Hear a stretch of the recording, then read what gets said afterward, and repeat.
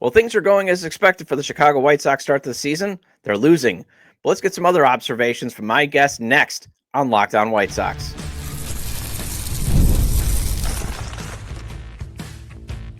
You are Locked On White Sox, your daily Chicago White Sox podcast. Part of the Locked On Podcast Network, your team every day.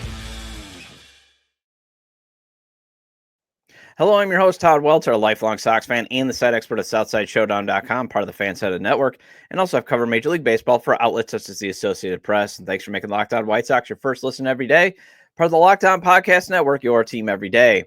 Make sure to hit the like button on today's episode. Subscribe to the YouTube channel at Locked On White Sox if you've not done so already, and also follow or subscribe to the show wherever you get your podcasts. Well, the White Sox have played just 9 games so far this season. They've lost 7 of them. And I spoke with new Chicago Sun-Times White Sox beat reporter Kyle Williams, who gave some insights into the clubhouse vibes, how things are going early under Will Venable, and maybe things not looking as terrible as they seem. And then let's discuss what to watch for in the upcoming 3-game set against the Cleveland Guardians. And today's episode is brought to you by FanDuel. Right now, new customers can get $250 in bonus bets when your first $5 bet wins. All right, thanks for joining me, Kyle. So how mentally prepared are you to cover a team that's probably going to lose 100 games for a third straight season? You know, I got a little bit of a taste of it last year covering, filling in for Daryl, who's our old beat reporter. And, you know, it's a rebuild. It looks like a rebuild, smells like a rebuild. It's a rebuild. And so I think this year with everybody kind of knowing what's at stake and what the long-term goals are, it's really like a big help and everything. You know, last year having Crochet and the trade kind of hanger over the season, how they kind of handled them. But now that, like, you know, he's been moved, you got the return, you can look at the returns in the minors. I think this is like truly, you know, the fresh start for the organization. So what's the vibe been like in the clubhouse? I know it's only been 9 games, but it seems like there's a little bit of a different vibe, obviously, from last year. Oh, yeah, 100%. It's one of those things where, like, they're not happy with, you know, they've only won 2 games. They're not happy with the losses that have piled up, particularly, you know, Sunday, where that bullpen implodes after Martin Perez has another impressive start. But it's one of those things where they're playing clean baseball. You know, for the most part, they're playing relatively clean baseball, which is a marked improvement from last season where, you know, errors were made. It just mistakes piled up. But now, you know, under Will Venable, they're just playing a real clean game. You know, the lone game that you could say that they played poorly in was on Saturday against the Tigers, where they just kind of let go of the rope and it got away from them. But other than that, they're playing some clean baseball. I mean, and the guys in the locker room, you know, Matt Tice, he's been an improvement in the locker room, kind of handling catching duties with Corey Lee. And they seem to, and Martin's also been a great presence for the young pitching staff. And so those 2 additions have really helped. And it just seems like they're all committed to, you know, the fundamentals of the game, which is what you need to do after, you know, what endured last season. Yeah, like I've even noticed Andrew Benintendi is taking even just at least better lines to fly balls, where last year was like, oh my gosh, that ball's in the air and you have no idea where he's going to. And I've also seen like really only Brooks Baldwin maybe had 1 base running gap. So you're right. I mean, they are playing a little bit cleaner on that. Will Venable has taken heat, obviously, for asking Brooks Baldwin to lay down that bunt in the 4th inning. You also had the issue with Penn Murphy, maybe not getting him up in the pen right away. But for the most part, what is your impressions on him? Because I just think, you know, he's not been given a really good roster to work with. I mean, I think your impressions of Will Venable start with how you feel he managed yesterday's game. Because I personally felt that what more could he have done yesterday? You know, like he mixed and matched. He got guys up, got guys ready. It's just the relievers couldn't get anybody out. And it was one of those things where, you know, Clevenger really struggled. It wasn't his day. Leisure with the walks. And he tried his hard. It's just like you mentioned, he hasn't been given a ton to work with in the bullpen. And I mean, so far, I think a lot of a manager's touch in the early years is like just the overall vibe in the locker room. And I think Will is a soft-spoken guy, but he also has like a presence about him that, you know, comes from being a major leaguer. You can tell he doesn't have to be over the top because the players just respect him because of the pedigree that he has. And then combined with he tells it straight. You know, he was very honest about, you know, Brooks Baldwin. That can't happen.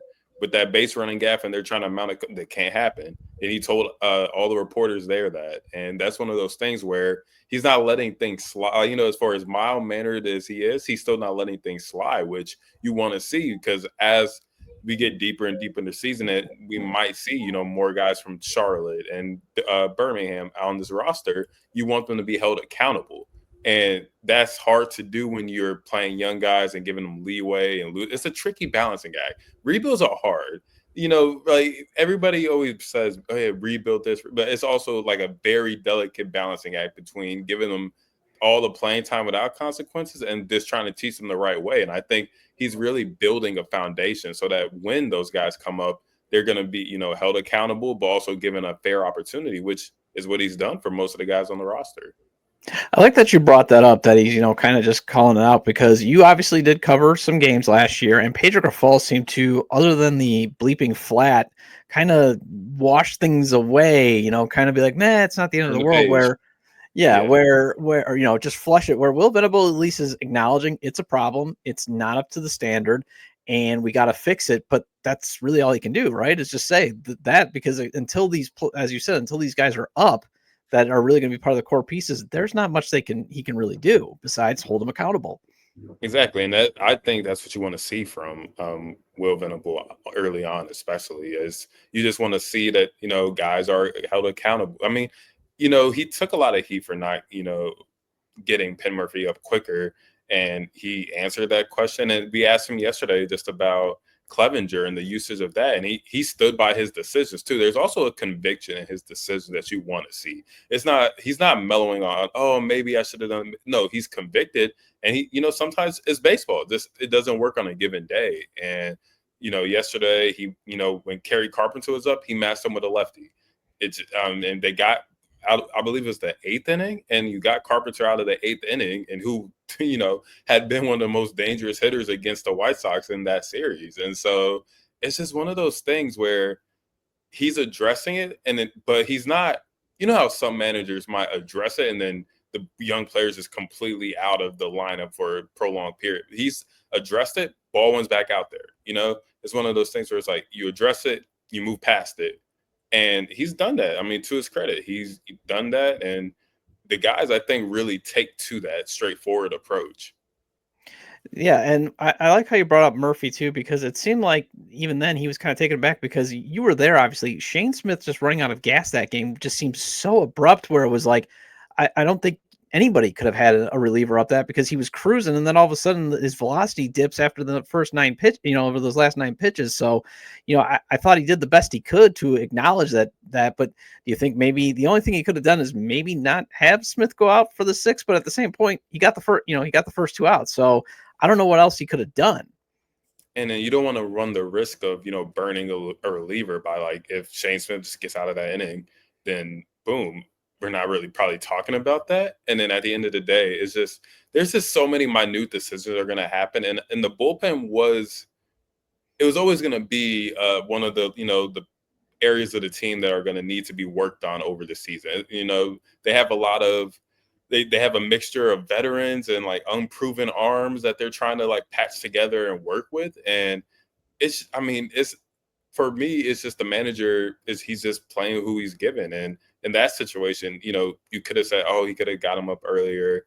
Well, you could have took out Smith earlier, but it was really in that inning that his velocity dipped. And, it wasn't even like an immediate dip. It just was kind of like noticeable if you're looking at the Baseball Savant. And credit to Will, he said that they started to notice it as well, like in real time. And I think that's just one of those like bang bang decisions that he probably wish he could have back, but then at the end of the day, is a million more bullpen decisions are going to come up before the end of the season. So how else is Venable obviously different from just your interaction with, say, covering Pedro Grifol from last year? I mean, it just obviously the temperament you're saying, but is there anything else different that we're not seeing that you are seeing every day?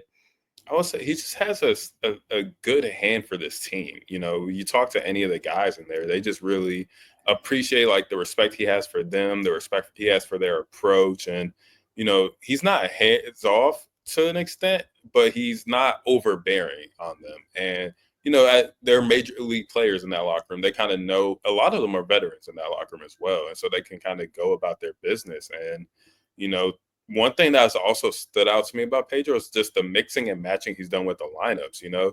I asked him yesterday about, does he ever envision having a set lineup kind of here soon? And he said outside of, Benintendi, outside of Robert, outside of Vaughn, it's going to be a lot of depending on like matchups, who they need defensively. And it's not what every fan wants, the set lineup. That's why I ask. I'm just like, do you envision having a set lineup on most days? But given the state of the roster, the flexibility they kind of have with multiple outfielders and multiple infielders who can kind of bring different things on a given day, it's just he seems very, very strategical with everything. And when you having a situation where the bullpen has multiple guys that you kind of have to manage, and the lineup has different guys that you have to get in on a given day, I think he's the right person for the job. And I just go back to the presence, because it's just so important with this team that he keeps them engaged. And I think that's part of the reason he's playing all, multiple players and different lineup configurations, because he wants to keep guys engaged. And, the guys, like, they're only it's weird to say all this stuff about a 2-7 team, but the guys are responding. They are playing better baseball than they were this time last year. Quick timeout for those listening on Apple or Spotify. More with Kyle Williams of the Chicago Sun-Times after the break on Locked On White Sox. The NBA playoffs are almost here, and FanDuel is giving new customers an incredible way to get in on the action. Right now, when you join FanDuel and place your first $5 bet, you'll get $250 in bonus bets if your bet wins. FanDuel makes betting so easy, whether it's picking your favorite team or diving into player props. From three-pointers to steals to assists, FanDuel has so many ways to bet your favorite player props. Plus, after the game tips off, you can even combine live prop bets into same-game parlay for a chance to win big. And I always maintain their traditional money lines, the spreads, the over-unders. They're fun to play. But if you want to win big, try their futures, parlays, and props. Don't miss out. Head to FanDuel.com and claim your $250 in bonus bets today.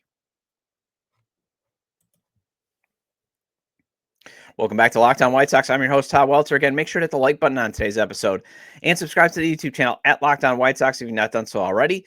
And if you can't catch the show on YouTube, Locked On White Sox is available on all major podcast platforms. So make sure to follow or subscribe on places such as Apple or Spotify. Either way, get your 30-minute fix of Chicago White Sox baseball venting with me. So what the heck can be done with this bullpen, and was Sunday's game possibly a preview of things to come when they have a tight lead? Because it just doesn't seem like they've got the guys that can really handle the high leverage situation when it comes to their stuff. Besides Mike Clevenger, not many of these guys are going to be lighting up the radar gun beyond 95.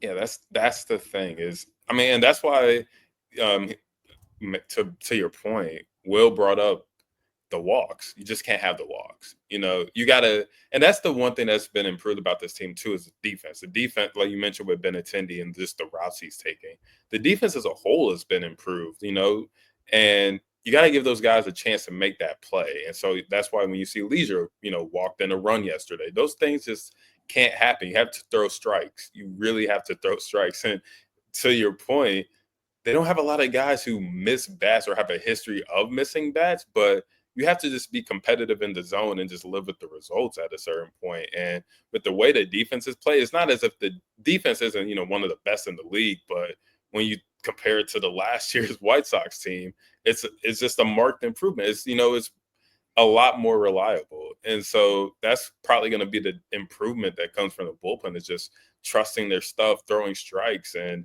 just letting the results fall what they may. But what you can't have is a situation like yesterday where, a lot of those balls were sprayed outside the zone, and then that's where you get burnt. And, you load the bases, load in the run. And those are the mistakes I think, can't happen. So what the heck is going on with Luis Robert Jr. at the plate? It just seems like, is it just the cold weather? Yeah, it's just one. It's a weird thing with Luis, because when you look at the underlying numbers, they're not bad. He's not having these, multi-strikeout games. He's taking, a guy with a history of not really taking walks. He's taken a few so far this season. And a lot of it's just the results just kind of haven't been there for him. You know, he talked a lot this offseason about being more patient at the plate, and you've seen that in some of his at bats. You know, fouling off pitches and just not swinging at the really poor ones outside the zone. It's just, you know, 5 hits for your star outfielder are, you know, that's not what the team wants. But like you mentioned, he just has a history of just not hitting when it's cold weather. I don't know. I would really want to ask him about, like, is it just a weather thing? Is it a rhythm thing? Like, what's going on? But, you know, Luis, he feels good. He feels healthy. And I think for the White Sox, that's the most important thing at this point, is that, like, he's healthy, playing. You know, I believe it was the game that almost got rained out on Wednesday against the Twins, where he was at DH, and Will said, yeah, every now and then they want to give, you know, Luis a DH day or a day off to preserve him in his health. And it's one of those things where nobody's really concerned in there about Luis and what he's doing. Will's not concerned. None of his teammates seem concerned. It's just early season. You know, Rafael Devers had all of those strikeouts, and now he's raking again. Not comparing the two, but, you know, the results will probably even out as the season progresses. The weather starts to warm up a little bit. I mean, hey, he's played in you know, Chicago, Detroit, and will play in Cleveland for a 3-game set. So it's a lot of cold weather cities. So we'll see what happens once, you know, the weather starts to warm up and break a little bit.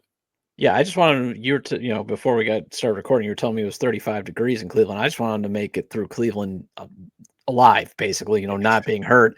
And I've always been saying, you know, when the Sacramento towards the end of the month, that's going to be the trip that I'm going to want to see, you know, him raking is, you know, if the weather's warm, then yeah, I'll be fine if he produces there, especially in that minor league park.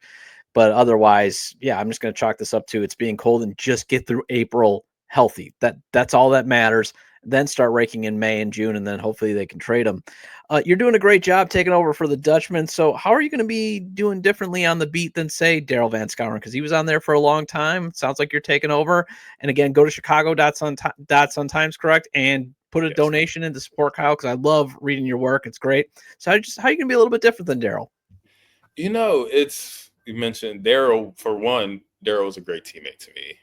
He, as soon as I joined, he made sure to, you know, whenever I needed something, I could go to Daryl for advice. I talked to him before the season. In fact, he texted me today asking me how everything was going. And it's a lofty standard to live up to. You know, Daryl had been on that beat for such a long time. And I think one thing I'm going to do differently is just, like, I want to engage with Sox fans on Twitter. You know, like, I'm new to this beat, and I want to hear what the fans, what do they want to read? What do they want to know about? You know, not saying I'm going to write everything, but just being engaging with them. You know, my Twitter is K_Williams Media. And I just really want to hear from White Sox Twitter and, like, ingrain myself into, you know, what they're talking about, what they want to read about, what they want to know about. Because, like you mentioned, Daryl did it for so long. He kind of had a really good pulse on that inherently. And I'm still working on getting that pulse. And so it'd be great to interact with the fans and just kind of keep doing my thing. You know, it's been 2 weeks now in the season, and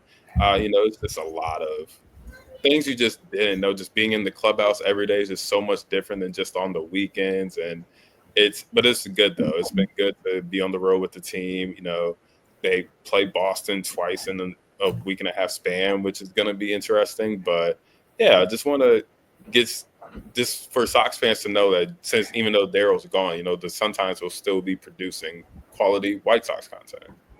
Well, you just take a walk out to section 108 from the 108 guys. They'll tell you everything you need to know about, you know, all that.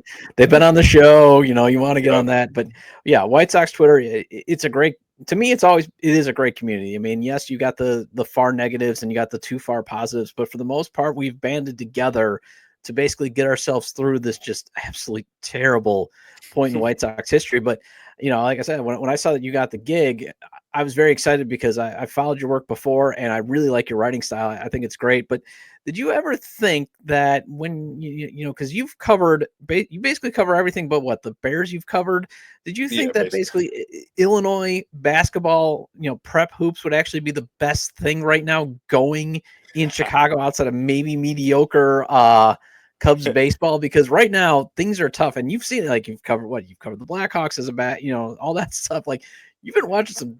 I hate to say it, but we've been watching some terrible, terrible teams. Yeah, it's just one of those things where, I was covering the girls' state championships and Coco Erlacher for Frem. She had the game of her life. And you're covering that such like a euphoric event.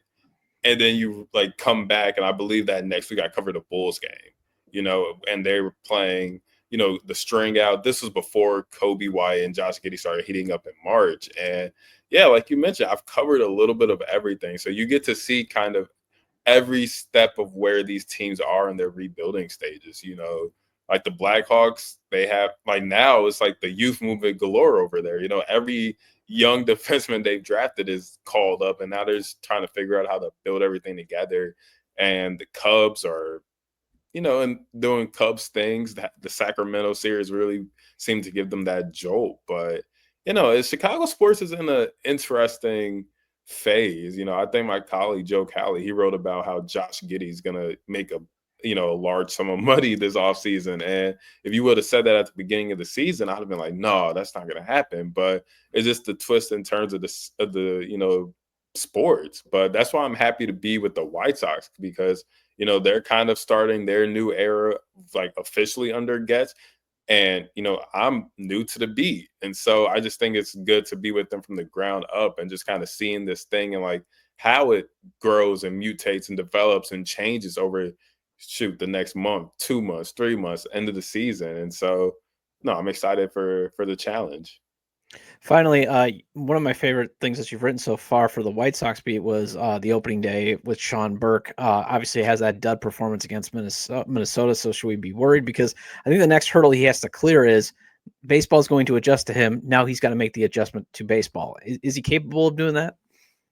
Yeah, one of the things that I talked to him actually, because I wrote the story about Martin Perez today on just kind of how he's been a mentor to those guys in the locker room. And he came up to Sean after that game and really told him about the slider and what he could do to fix it. Because, that he allowed 2 homers on the slider against the Twins. And that was, to me, the next start for Sean is really going to be, like you mentioned, is he going to be able to adjust? Is he going to be able to, you see how hitters are, what their approach is against him and then fight back. And so, because that's all baseball is just adjustments. And that's why I think having a veteran like Martin Perez is going to be beneficial for, Sean Berg, Jonathan Cannon, because it's one thing to, have all of the stuff in the world. But at the end of the day, I like pitching, just being a good pitcher. Martin Perez, he's not overpowering you, but he just knows how to pitch. He knows how to locate things. He knows how to be precise in his delivery. And so that's why, with Sean, him telling me like, yeah, he came to work with me on my slider after that. Like, those are the little things that are going to matter in this rebuild going forward, because you want to see who's going to stick, who's going to be with the team when they're competitive again. And, Sean, he's a guy who hasn't pitched much in his life. He didn't really pitch much in college. He had Tommy John in high school, didn't pitch that much through the minors. And so he still has more growing and adjusting and learning to do. And that's why one of the quotes in the story is his coach telling MLB scouts, you're going to get the best version of Sean Burke because he didn't pitch much at Maryland. And so it's just those natural growing pains that come with being a major league pitcher. I mean, even Jonathan Cannon's going through it, and he pitched the majority of last season. And even he's still kind of going through the walks and, being able to get guys out, put guys out, and especially with 2 strikes. And so with Burke, it's just a matter of adjusting to teams and just trusting his stuff and letting it play. But I think there's a good infrastructure for those young arms, especially with Katz and, Martin in the rotation. And all of those guys are like really bouncing ideas off of each other. And so, and Matt Tice is, everybody lauds his ability to work with the pitchers and make adjustments in game. So, this next start for Sean is just going to be to see, okay, now he had a rough outing. Can he bounce back? Well, Kyle, thank you for your time. Stay warm in Cleveland. And again, everybody, make sure to donate to chicago.suntimes.com. Yep. Drop a donation. And also, in that way, you probably don't have to sit through the video that they make you sit through every single article possible. And you support a great writer in Kyle. Kyle, I appreciate you now being on the beat. Looking forward to reading your stuff. No, yeah, I appreciate you for having me. Just anytime you need me, I'm here. All right. Thanks, man. Well, hopefully the White Sox can snap this 5-game skid in Cleveland, as one team the White Sox could be in 2024 was the Guardians. So let's discuss what to watch for in this 3-game set next on Locked On White Sox. When it comes to fueling your body, quality matters. That's why Just Ingredients is changing the game with clean, high-quality products designed to support better health and peak performance. Just Ingredients offers an NSF-certified line of protein powder, electrolytes, pre-workout, and creatine, all rigorously tested to ensure they're free from substances banned by major athletic organizations. Just Ingredients has also partnered with 2-time MVP Bryce Harper, who trusts their NSF-certified sports line to fuel his training and recovery. And I love that Just Ingredients prioritizes wholesome, nourishing ingredients without the artificial junk. Whether you're recovering after a workout or need an energy boost, their grass-fed whey protein and pre-workout deliver real results. Visit justingredients.us, that's justingredients.us, and use code LOCKEDONMLB for 20% off. And for more wellness tips, follow just.ingredients on Instagram. Welcome back to Locked On White Sox. I'm your host, Todd Welter. Again, shout out to all the everydayers. I appreciate your loyalty. Please hit the like button on today's episode and recommend to your fellow Sox fans or baseball fans, friends, to subscribe to the YouTube channel at Locked On White Sox or wherever they get their podcasts, as this show is available on all major podcast platforms. So there's a chance the White Sox could get out of last place if they somehow, someway sweep the Guardians. Well, that's a tall ask. So once again, the one thing you want to check out during this series is, can the White Sox at least continue what they established last season? And that is, the Guardians are not going to get easy W's against the White Sox. I mean, while the White Sox went 5-24 against the Twins, Royals, and Tigers last season, they went 5-8 against the Guardians, who won the AL Central. So let's keep that trend going. Also, pitcher Shane Smith, hopefully he can keep showing that, promise he had during spring training and in his first career start. He has another hurdle to clear today, and that is pitching in Cleveland's home opener. He did a good job shaking off the nerves quickly in his first big league start, so hopefully there are just no nerves at all. But he is going to be pitching in a game that has some symbolic importance to the Guardians fan base, so hopefully he can handle that pressure. And also, you want to see Sean Burke and Jonathan Cannon have bounce-back performances on the mound after 2 duds in their last starts. For Burke, it's just not committing so many mistakes with the slider. For Cannon, teams are making the adjustment to him not having swing and miss stuff. SoxMachine.com's beat reporter James Fegan basically has summed up, when it comes to Cannon, the book is now out on him. Cannon wants quick outs in the zone, so Fegan said on the Sox Machine podcast, the hitter's plan now is just wait him out. Get long at bats, foul stuff off, and then see what he has in a put away pitch, since he doesn't have a swing and miss fastball. And usually that put away pitch is going to be right up over the zone, and they're going to drive it. So now he has to make the adjustment to the adjustment. Baseball has officially come for Jonathan Cannon. Is it going to steal his baseball soul? Or can he say, no, I'm a viable, at least 4th or 5th, starting pitching rotation guy, and I'm not going to go away. I'm going to rage against the night there. What Cannon first has to do, obviously, though, is he's got to command his pitches better. He's been terrible with his command in spring training, and he hasn't been very good with his command in his first 2 starts, which has been driving up his pitch counts. Obviously, that's another thing that's helped. It's one thing if, hitters are going to keep fouling off pitches because they know he doesn't have swing and miss stuff, because he is relying on, weak contact and getting outs early in the count. But on the flip side, don't help them. Command your pitches better. And if you can command your pitches better, hitters are still going to probably try to foul them off to death, but live inside the corners, man. Or find a way to get that sweeper to hit down and away, and at least hit this, the down and away corner of the strike zone, where they're just going to be like, you know what, I'm not going to stick my bat out, basically, to foul that pitch off. Try to get the stuff down and in, or down and away, where a hitter's going to think, well, that might be a ball, and leave it up to the umpire, to make that call.